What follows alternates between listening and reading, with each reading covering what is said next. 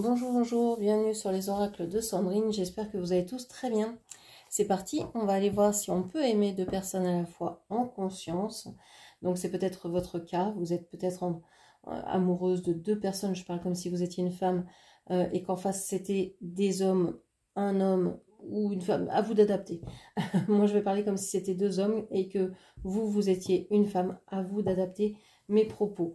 Donc on va aller voir... si vous aimez donc ces deux personnes-là en conscience, est-ce qu'on peut vraiment aimer deux personnes en conscience? J'allais dire en confiance. La confiance est importante aussi dans les liens, que ce soit des liens simples ou pluriels. La confiance doit être quelque chose de primordial, ainsi que la communication de toute manière. Allez, c'est parti, on va aller voir ce que nous disent les cartes. Oh, j'ai une carte déjà de retourner. Allez. Alors, qu'est-ce que chacun des partenaires révèle pour vous ou révèle en vous, réveille en vous? Alors, partenaire 1, partenaire 2, à vous de voir comment ça vous parle. Donc, ici, on a l'émerveillement pour le premier et pour le deuxième. Pour le deuxième partenaire, j'ai plus de cartes. On a l'admiration perdue, la sincérité et le blocage karmique. Donc, dans un premier lien, vous êtes émerveillé, vous êtes... il y a une connexion de cœur à cœur, d'âme à âme. Il y a quelque chose de particulier, de très fort, d'éthérique, d'émotionnel, d'émotif, de sentimental, etc. De très très fort. Il y a de forts sentiments. Pour la deuxième personne, vous l'avez aimé sincèrement, mais j'ai l'impression que ça fait partie du passé et que vous avez perdu en fait l'admiration que vous aviez pour cette personne. Il y a quelque chose qui s'est un peu délité. Ça ne veut pas dire que vous ne l'aimez plus, mais ça veut peut-être dire qu'il y a quelque chose qui bloque dû au passé. Une situation qui a fait que vous avez peut-être perdu un peu de lien avec cette personne, etc. Bon, il y a quelque chose. On va aller voir, on va détailler. Allez, on va prendre le petit Lenormand pour aller voir justement qu'est-ce que chacun de vos partenaires vous apporte, vous réveille en vous ou révèle en vous. Alors, quand vous êtes en lien avec la première personne, vous êtes émerveillé de voir le bonheur que vous ressentez, de voir la joie, de voir la chance que vous avez. C'est-à-dire que vous pouvez tomber sur plein de choses, mais voilà, tout est fluide, tout s'ouvre, tout est facile, tout est simple. Ok.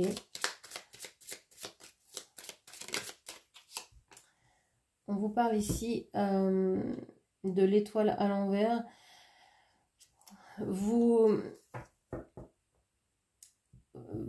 pensez peut-être que cette relation, elle est compliquée, qu'elle est loin d'être protégée, qu'elle est loin d'être facile à vivre, mais en tout cas, vous savez que quand vous êtes en lien avec cette personne, tout se met en place. Alors, c'est un peu compliqué à expliquer. C'est-à-dire que quand vous êtes en lien, ça va, les choses sont fluides. C'est comme un circuit électrique. Quand vous appuyez sur l'interrupteur, vous êtes en contact, et bien vous avez la lumière. Quand vous n'êtes plus en contact, eh bien, c'est la nuit, quoi. Ça ne veut pas dire que vous ne pouvez pas vivre sans cette personne, ça veut dire qu'on peut vivre la nuit, mais c'est moins facile peut-être, c'est moins plaisant. Alors, il y en a qui aiment vivre la nuit. Peut-être que cette personne aime vivre la nuit d'ailleurs et que vous aimez vivre le jour. Peut-être qu'il y a cet écart-là entre vous. Mais on voit que c'est quand même une chance, ça vous apporte du bonheur. Vous communiquez aussi peut-être la nuit, vous communiquez peut-être par les rêves, par les étoiles. Okay. Et pour l'autre personne, qu'est-ce que ce partenaire réveille ou éveille chez vous? Ce deuxième partenaire, on vous parle d'argent, on vous parle de famille ou de santé, on vous parle d'une autre personne et on vous parle de déménagement. On vous dit que vous avez peut-être perdu l'admiration de cette personne à cause peut-être de l'attrait financier qu'elle pouvait avoir ou que vous pouviez avoir, je ne sais pas, il y a quelque chose comme ça. Il y a un attrait financier, il y a l'argent qui rentre en compte ici.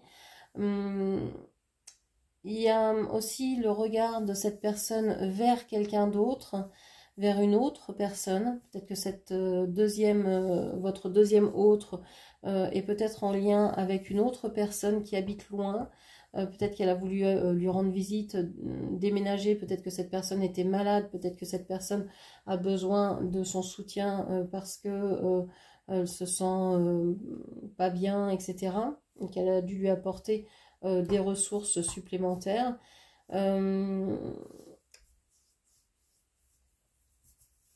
Ok. Alors, qu'est-ce que l'on peut vous dire encore? Quelle est la place de chacun dans votre parcours affectif? Donc, quelle est la place de votre autre numéro 1, on va dire, dans votre parcours affectif?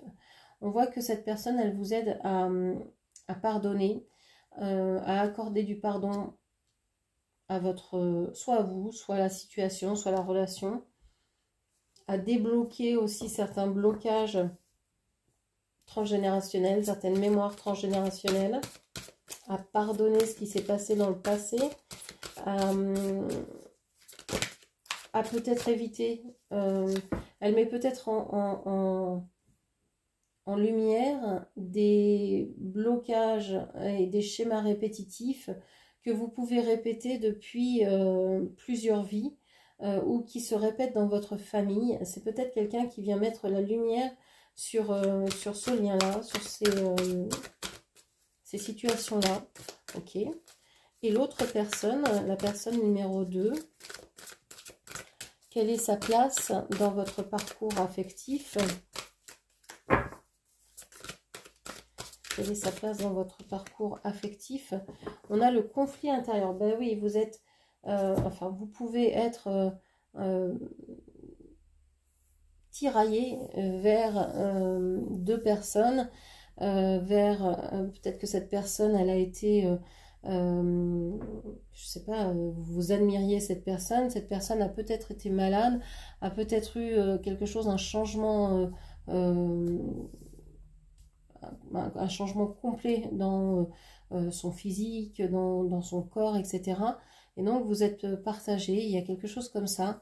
Vous êtes peut-être partagé aussi parce que vous aimeriez vous aimez cette personne, vous aimeriez la laisser libre. Vous ne savez peut-être pas comment conjuguer ces deux personnes dans votre vie. Ça peut être compliqué hein, de vouloir intégrer deux personnes dans sa vie. On ne choisit pas hein, de tomber amoureux ou amoureuse. Et quand ça débarque, eh ben, on se dit ben, comment je gère ça? Parce que ben, on n'a pas forcément d'exemple. C'est des situations, avant on ne comprenait pas, on quittait la personne avec qui on était pour aller avec l'autre où on restait et on n'allait pas. Et là, ben, peut-être que cette personne vous permet finalement d'aller vers les autres, vers d'autres personnes, vous permet dans le sens, c'est autorisé dans votre lien, hein, c'est pas elle qui va dire c'est ok, c'est vous ensemble qui autorisez ça, qui autorisez la possibilité d'un autre lien. Ça vous met en conflit parce que ben, c'est pas dans les habitudes, c'est pas dans les... dans ce qu'on peut vivre, dans les liens habituels, on va dire. Jusqu'à maintenant, on a très peu d'exemples, hein, c'est ce que je vous disais. Ok, alors, on va rajouter des cartes. Donc, quelle est la place de votre premier? On a les poissons, donc la même carte qu'ici. Ok.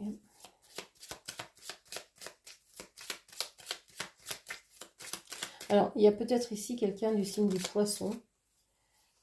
Alors, là, j'ai beaucoup de cartes, moi. On a les poissons, le cœur, on a le beffroi, on a la dame et on a le gentilhomme.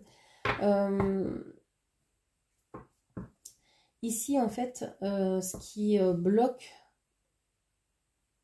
la place de l'autre, c'est que cette personne imagine qu'il faut énormément de ressources, de concret, pour être avec vous.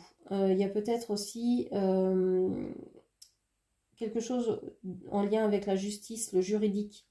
Il y a peut-être un divorce, il y a peut-être une vente, il y a peut-être quelque chose comme ça ici qui est en train d'agir dans la vie de votre autre. On voit en tout cas que c'est une personne qui, quand elle pense à vous, pense à plein de souvenirs,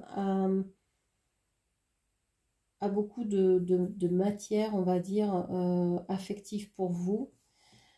Il y a une histoire de temps, d'obligation. Cette personne n'a pas envie de mettre cette relation dans des obligations. Parce qu'elle n'a pas envie de... C'est pas parce qu'elle n'a pas envie de concrétiser votre relation, c'est parce qu'elle n'a pas envie de mettre ce lien au même niveau que les autres. Cette personne se dit que ce lien est vraiment un lien particulier et n'a pas envie de rendre obligatoire ce lien, mais a envie de le rendre possible.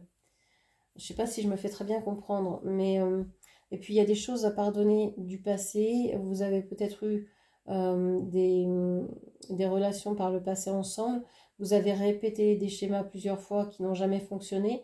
On voit que cette personne, elle est toujours là. Elle a toujours ce besoin d'être en contact avec vous, mais elle ne veut pas rendre ça obligatoire. Et elle vous imagine peut-être aussi avec quelqu'un d'autre. Elle sait peut-être qu'il y a quelqu'un d'autre dans votre vie. Et elle sait aussi peut-être que vous êtes engagé dans ce lien. Et que c'est peut-être quelque chose qui lui pose problème. Parce que vous n'avez peut-être pas été toujours amoureuse de deux personnes. Vous êtes peut-être... vous avez peut-être été amoureuse d'une personne et vous êtes devenue polyamoureuse ou dans un trouble, etc. Et c'est nouveau pour lui, pour vous, etc. Et donc, vous découvrez ensemble ce que ça peut être, comment ça peut fonctionner. Et c'est ça qui est à pardonner, en fait. Cette personne, elle se dit, si j'avais su, peut-être qu'avant, si j'avais montré tout ce que j'avais, tout ce que je ressentais pour vous, eh bien, peut-être que il aurait été le seul dans cette relation-là. Cette personne en est encore à se dire que la relation, comme c'est un lien unique, il aimerait peut-être vous avoir aussi uniquement pour lui. Ok. Qu'est-ce qu'on a d'autre ici? Alors, si je prends mon jeu dans le bon sens, ça ira. On vous dit que ce lien est protégé, le lien avec votre autre, votre second autre, on va dire, la deuxième personne présente ici. C'est quelqu'un, mais c'est quelque chose qui n'est pas très profond, qui va peut-être pas durer. Ok. Vous allez avoir des nouvelles de cette personne. C'est une personne, ce sont des nouvelles qui vont peut-être être assez dures à entendre, assez dures à accepter. Vous allez peut-être sentir, comprendre que vous êtes... que vous n'avez pas... que cette personne ne vous a pas été fidèle, en fait. Ne vous a pas été loyal, n'a pas joué franc jeu avec vous. Cette personne, je pense qu'elle va être dure avec vous, que ça va être difficile d'accepter ce que cette personne va vous dire ou va vous écrire. C'est peut-être pour ça que vous allez plus savoir où vous en êtes. Ça va brouiller un peu les pistes. Ok. Alors, quelles limites, quels accords ou quels engagements rendent ces relations viables? Alors, quelles limites, quels accords ou quels engagements rendent ces configurations viables? Alors, pour l'autre, le premier autre, quelles sont les limites et les engagements, les accords qui rendent cette relation viable.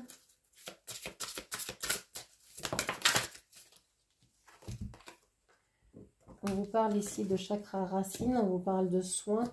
On vous dit que c'est la concrétisation, c'est le fait de vivre la relation en présentiel, en face à face, et non pas à distance ou dans une façon assez... comment je vais dire ça, par internet ou etc. Ça ne marchera pas. Le lien, il a besoin ici d'être concret, d'être vécu. On a besoin de se voir, de se toucher, etc. Ok. Et ici, on vous parle de lignée karmique. Ça ressort ici. Hein. Vous avez vraiment, avec cet autre numéro 2, un blocage, quelque chose à libérer. Alors ici, on parle de miroir, on parle peut-être de flammes jumelles. Il y a ici quelque chose à libérer. On a perdu l'admiration de quelqu'un, peut-être parce que cette personne nous a déçus, peut-être parce qu'elle nous a laissé, elle nous a blessés d'une façon ou d'une autre par le passé. Il y a quelque chose à guérir ici.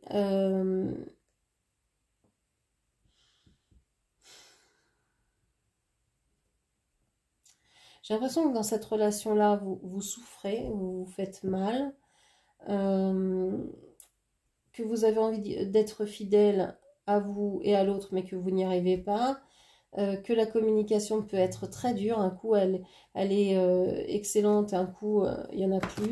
Okay.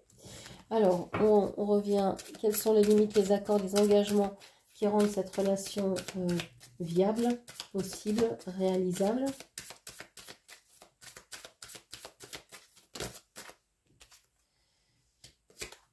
Alors, je vous parle de flammes jumelles. Hein. Ici, on a le 44, on a le 22. Donc voilà, que ce soit un lien ou un autre, on voit qu'il y a...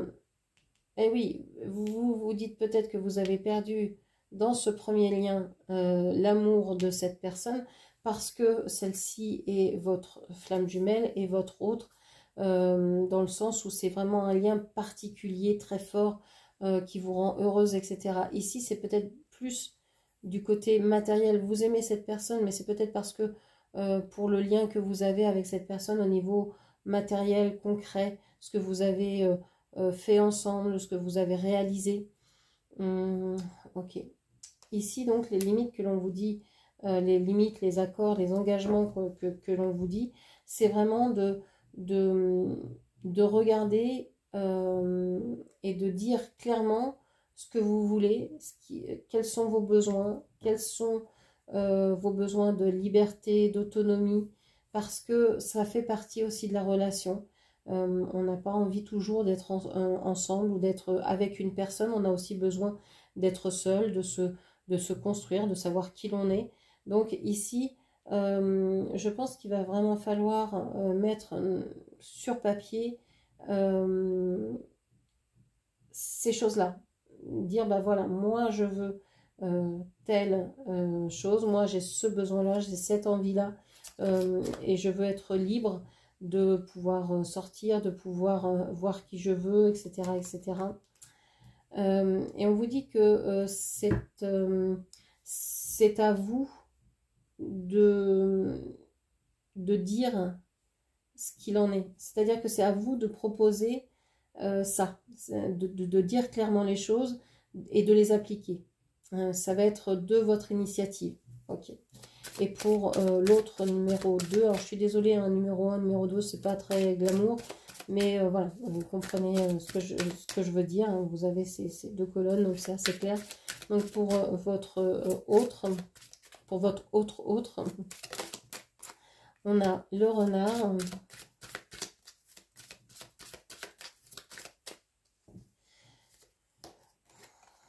Ouais, c'est une personne, votre autre qui est beaucoup plus fuyant, qui est beaucoup plus qui se cache beaucoup plus pour faire ou dire les choses. C'est une personne... c'est une personne qui va peut-être réussir à tomber les masques ici. Alors, c'est une personne qui au début ne vous a peut-être pas dit la vérité ou qui vous a caché certaines choses pour vous plaire, pour aller dans votre sens, pour vous séduire.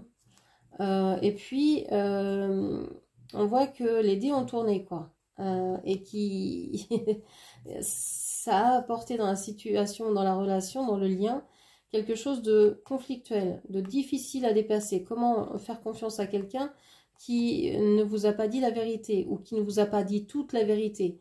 C'est une personne qui est rusée, hein, qui peut vous dire un morceau de la vérité qui l'arrange et omettre de vous dire le reste. Lui, il a joué, il s'est dit, bon, bah, si ça passe, tant mieux, on verra. Et là, il se prend un mur, quoi. Et donc, les limites pour que ça passe, c'est de vous élever soit au-dessus de ça, de vous dire, bon, bah, voilà, cette personne, elle est comme ça. Voilà, c'est une personne qui peut être fourbe ou qui ne dit pas toujours la vérité. Donc, je passe au-dessus. Je sais très bien comment est cette personne. Si je suis avec, c'est pas pour la changer. Hein, c'est parce que je l'aime telle qu'elle est. C'est aussi de faire grandir cette relation, de lui faire comprendre que bah, il n'a pas besoin de se changer pour que vous l'aimiez.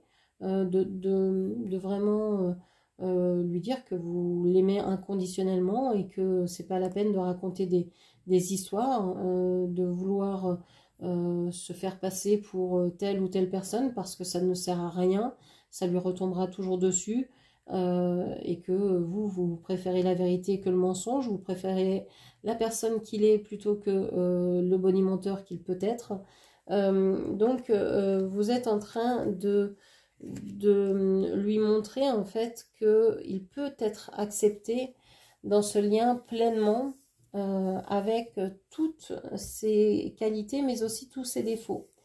Et c'est ce que vous êtes en train de pacifier. L'admiration perdue ici, c'est peut-être pas vous qui n'avez plus d'admiration pour cette personne. C'est peut-être cette personne qui n'a plus d'admiration pour elle-même. Et la sincérité de cœur ici, c'est de rester avec cette personne en disant, ben moi je t'aime tel que tu es. Et c'est à toi de gérer ton passé, c'est à toi de venir le guérir si tu en as envie, si tu en trouves la force. Et d'accompagner cette personne dans ce chemin-là, eh bien, c'est quelque chose qui peut très bien vous parler. Même si c'est compliqué hein, d'être avec quelqu'un qui ne s'aime pas, ça peut être quelque chose de très bénéfique pour vous et pour l'autre, parce que vous apprenez à être dans l'empathie, dans la compassion et dans l'amour inconditionnel, mais véritablement, quand on aime quelqu'un, quoi qu'il fasse, quoi qu'il puisse faire, c'est plus la même, quoi. Et donc, c'est ce qui se passe ici. Donc, c'est ce que vous allez vouloir prendre comme engagement, dire à cette personne, je t'aime inconditionnellement. Donc, arrête de te flageller, arrête de dire que tu n'es pas fidèle, arrête de dire que tu ne veux pas t'ancrer, que tu ne veux pas te lancer dans une relation ou une autre, arrête de vouloir toujours regarder ailleurs, profite de ce qui est devant toi, etc. Donc, il y a vraiment ici... c'est comme si vous rameniez cette personne qui est toujours en train de fuir et que vous la rameniez dans son corps à chaque fois et que plus vous la rameniez, plus elle y reste longtemps. C'est comme si cette personne ne s'était pas vraiment incarnée. C'est-à-dire que cette personne a peut-être eu au moment de la conception ou de la gestation, sa mère ou ses parents se sont peut-être posé la question, est-ce que on doit garder cet enfant ou qu'est-ce qu'on va faire, c'était peut-être pas le moment, c'était peut-être pas... Enfin voilà, et il y a peut-être eu un truc comme ça. Et cette personne, c'est comme si elle n'était pas véritablement incarnée dans son corps, à se dire je ne suis pas souhaitée, je ne suis pas attendue, et donc je ne suis pas aimable. Et c'est ce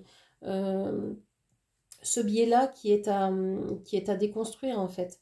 Et donc vous le ramenez à chaque fois dans son corps et un peu plus il y reste, un peu plus il savoure, un peu plus il voit que c'est possible, mais c'est tellement difficile pour cette personne de rester, de s'accrocher. Elle est tellement bien dans les étoiles, elle est tellement bien à imaginer autre chose, à peut-être être dans des dépendances, etc. C'est compliqué ce concret-là. Mais vous y arrivez, et puis je pense que vous faites le chemin, vous arrivez à aller prendre cette personne, à la ramener, et cette personne vous montre aussi un petit peu, vous montre un petit peu comment vous pouvez vous lâcher prise. Enfin, voilà, il y a un effet d'entraide qui est très positive. Est-ce qu'on peut aimer deux personnes à la fois en conscience? Bah oui, parce que c'est comme aimer deux enfants, vous aimez vos parents, bah, souvent on en a deux, hein. Vous aimez votre fratrie, vous aimez ou pas, mais vous pouvez en tout cas. Vous aimez votre famille, vous aimez... Évidemment, vous ne l'aimez pas de la même façon. Vous n'allez pas aimer cette personne de la même façon que cette personne. Mais c'est quand même de l'amour, vous aimez vos amis. Et vous en avez plusieurs, c'est exactement la même chose. Donc tout amour en fait est spécial et spécifique à la personne envers qui vous avez ces sentiments-là. Et cette relation est unique en fait. Donc ça n'a rien à voir. C'est pas parce que vous allez aimer cette personne que vous aurez moins d'amour pour celle-là. Parce que le lien ne sera pas du tout le même, on le voit. Ça ne vous apporte pas la même chose, vous échangez pas les mêmes choses. Et pourtant, vous aimez ces personnes différemment. Alors, je vais prendre juste des petits bâtonnets divinatoires pour cette situation. On vous dit que c'est souhaitable, revirement, relation toxique, soutien, jour et une dernière, caoutchouc et autonome. Alors, on vous dit ici que il est souhaitable que vous soyez peut-être ou que vous viviez concrètement ces relations-là et que ben, c'est là. Donc de toute façon, il va falloir faire avec. Souvent, on veut lutter contre les changements, les fluctuations, et si on les acceptait, et si on se dit, ben oui, effectivement, vous aimez deux personnes à la fois, eh bien, voilà, eh bien, on va vivre avec. Donc, c'est un revirement d'idées, un revirement, parce que bah, il faut faire une place à chacun dans sa vie. On vous parle de relations toxiques. Il y a peut-être une relation que vous pensiez toxique, mais si vous la soutenez, cette relation, si vous apportez de l'aide à cette relation, peut-être que vous pouvez la transformer en quelque chose de plus joyeux, en quelque chose de plus lumineux. On vous parle de caoutchouc ici, donc peut-être quelque chose, peut-être une relation aussi qui est toxique parce que vous n'avez pas, vous n'êtes pas allé jusqu'au côté sexuel de la relation et que il y a une certaine tension entre vous parce que quand on n'a pas ce lien, quand on n'a pas été jusqu'à la relation sexuelle, il y a toujours une tension de se dire est-ce que je lui plais, est-ce que si on fait l'amour après il va rester, est-ce que il y a toujours quelque chose. Donc peut-être qu'ici la relation elle est toxique parce que il y a ce frein là. Vous vous êtes peut-être dit oh, ben, c'est un ami donc je veux pas coucher avec mais je l'aime et le fait de passer à l'action peut-être que ça enlèvera une tension, ça rajoutera de la légèreté en fait dans ce lien. De la légèreté parce que bah voilà, c'est fait. Donc on peut passer à autre chose, quoi. Un peu ça. L'automne ici, on vous parle de l'automne. Il y a peut-être quelqu'un qui est né en automne. Vous allez peut-être vous retrouver à l'automne. Vous allez peut-être coucher ensemble à l'automne. En tout cas, on vous parle de l'automne ou alors on vous dit que vous allez vraiment avoir des envies à foison vis-à-vis d'une des personnes ou des deux de ces relations. Donc voilà ce que je pouvais vous dire. J'espère que cette lecture vous aura plu. N'hésitez pas à me le dire en commentaire si ce type de lecture sur les amours pluriels vous plaisent. Ou si vous n'aimez pas du tout, etc. Dites-le moi en commentaire, ça m'intéresse. Voilà, je vous laisse, je vous embrasse et je vous dis à très bientôt. Merci, au revoir.